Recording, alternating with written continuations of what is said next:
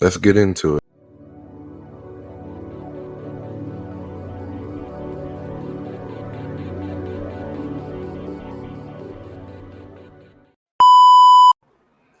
So today, the Supreme Court ruled that Biden's student loan forgiveness plan, well, they blocked it essentially.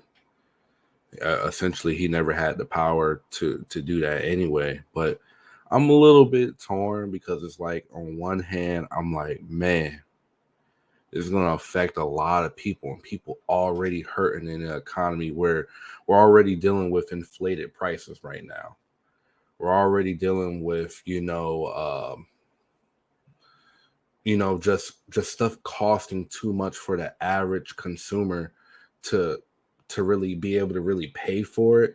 And I feel like this is just another reason why we really need to just look at these colleges and see how we can bring down the cost, because it's like, man, these people are going to be in debt for a while. But without further ado, let's get into it. The Supreme Court live there on the Supreme Court grounds. Shannon Bream, we have another decision here on student loans.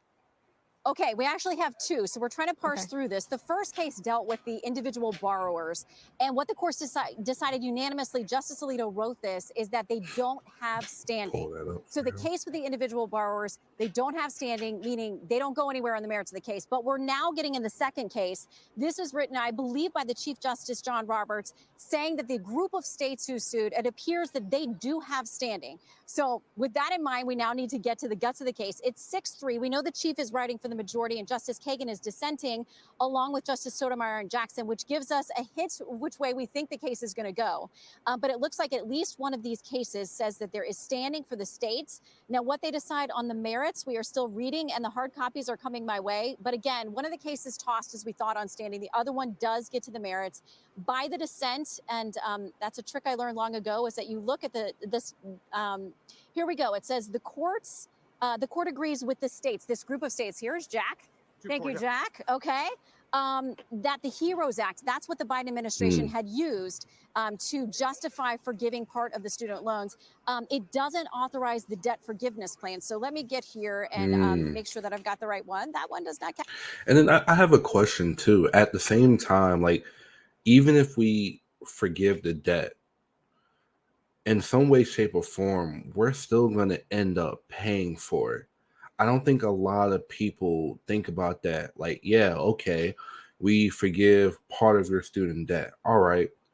But at the same time, you still, like, we're still going to incur that cost elsewhere.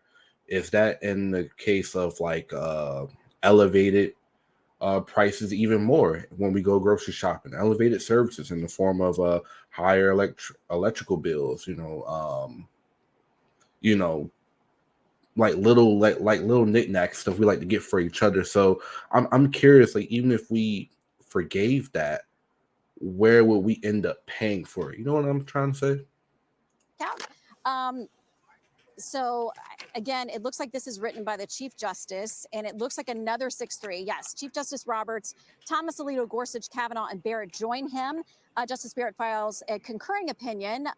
Justice Kagan files the dissenting opinion. Sotomayor and Jackson write. Okay, this is the conclusion of what the court says. It's become a disturbing feature of some recent opinions to criticize the decisions for which they disagree as going beyond the proper role of the judiciary, because a lot of people didn't think they should take this case. Today, we have concluded that Missouri is a proper case to this. They've gone through the traditional tools of decision-making analysis. Reasonable minds can disagree.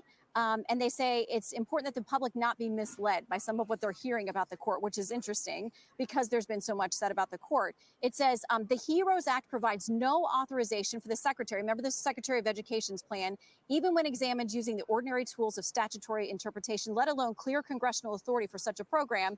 So first blush of this reading sounds like the student loan debt forgiveness plan is gone.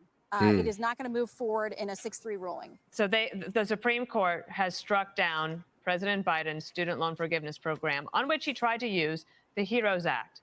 And the court is saying in a 6-3 decision that is not going to be allowed. So there are millions of borrowers, 26 million, who had applied for this program, who are finding out today that that is not going to be something that they will be able to take advantage of. And Shannon, what's interesting is that leading up to this over the last few years, former Speaker Nancy Pelosi, even President Biden himself, said, we don't have the legal authority to do this. This would not be constitutional. I'm not gonna lie.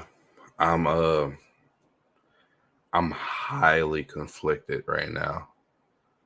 I am, because it's like, okay, we take on the brunt of other people's debt in some way, shape, or form, because nothing's truly free. But then it's like, people already struggling. It's like, oh man, that's an extra 2, 3, 4, however much, that's outside the household. And we're already dealing with hard times. So I'm truly conflicted, because like I have a mom who still owes student loans. And I know she was getting like maybe like minus like 200-300 out of her paycheck. And I'm like, man, like I don't know what that's gonna do for her. I honestly don't. But then it's like I'm also looking at it like, okay, yeah, but it's gonna be factored in somewhere else. So it's like I'm conflicted, gang. I really am. And yet they did it anyway.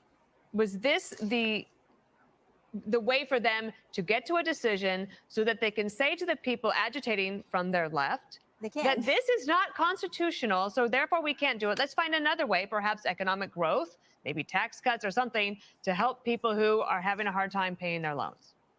Well, and this is going to be another, now that the president is officially on this reelection campaign, this is going to be another argument that he uses, saying, I tried to get you those student loan forgiveness, debt forgiveness plans done. But the quote, MAGA court, which is what the left has been calling them this week. They weren't the first part of the week when they liked the decision, but they're calling that now because they didn't like yesterday's decision. They're not going to like this one. He's going to say it was the Supreme Court stacked full of Trump appointees who kept me from giving you the student loan debt forgiveness. You got to imagine that's what's being crafted in their speech, and that's what they'll say. The court says this, the basic and consequential trade-offs inherent in a mass debt cancellation program are ones that Congress would likely have intended for itself. So they're saying the Secretary of Education, to point to any kind of clear congressional authorization, just isn't accurate. They didn't have the power to do this. The court often says, we don't want to get involved in things that we thought that Congress was actually. And what's crazy, doing my own research, I knew he didn't have the power to do that at all. Because you with stuff like this, it's always good to do your own research and then go from there. And upon doing my research, yeah, he didn't have no power from the beginning to do that at all. So it's like this right here, when you think about it, like it even going to the Supreme Court, like it wasn't even needed. I think everybody knew, but everybody wanted to be hopeful. But man, it's gonna suck for a lot of people.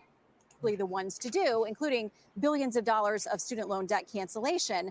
The dissent here, again, written by Justice Kagan, joined by Justices Sotomayor and Jackson, says this: the secretary did no more, meaning the education secretary, to wipe these out under the HEROES Act, did no more than use lawfully delegated authority. So they clearly see this differently. The dissent believes that there was authority for the secretary to do this. 6-3, the majority says no dice. And that student loan program, which, by the way, was voted down by the House and Senate just weeks ago, goes away officially. And Shannon, a major breaking news right there, going to affect millions of people who potentially thought they were going to get up to $20,000 in forgiven student loans. Shannon, stand by, keep reading through that. We're going to bring in Jonathan Turley now. Jonathan, you heard Shannon mention that they decided they can't use the HEROES Act for this. For those who don't know, HEROES Act was post 9/11. It allowed the federal government to make changes to student loans or loans as a result of a national emergency. In this case, they were using COVID-19 as the national emergency, but that emergency is now over, so there was essentially no standing to use the HEROES Act. Am I understanding that correctly, Jonathan? Yeah, this is a huge defeat for the Biden administration, politically and legally. It is only the latest such defeat, and where the president has overreached on his authority. Previously, the president argued that he could use the CDC as the basis for the eviction moratorium during the pandemic, even though many of us said that he clearly lacked that authority. He went ahead and did it anyway. In fact, he admitted that by the time the courts might strike down his efforts, he could get a lot of money out the door. Well, that's a level of contempt that does not sit well with the courts. In this case, you had the HEROES Act, which is just a few pages long, was clearly designed to help people who were serving abroad in military conflicts so that they didn't have to worry about their college tuition payments. The use of the HEROES Act for this massive loan forgiveness program was absurd.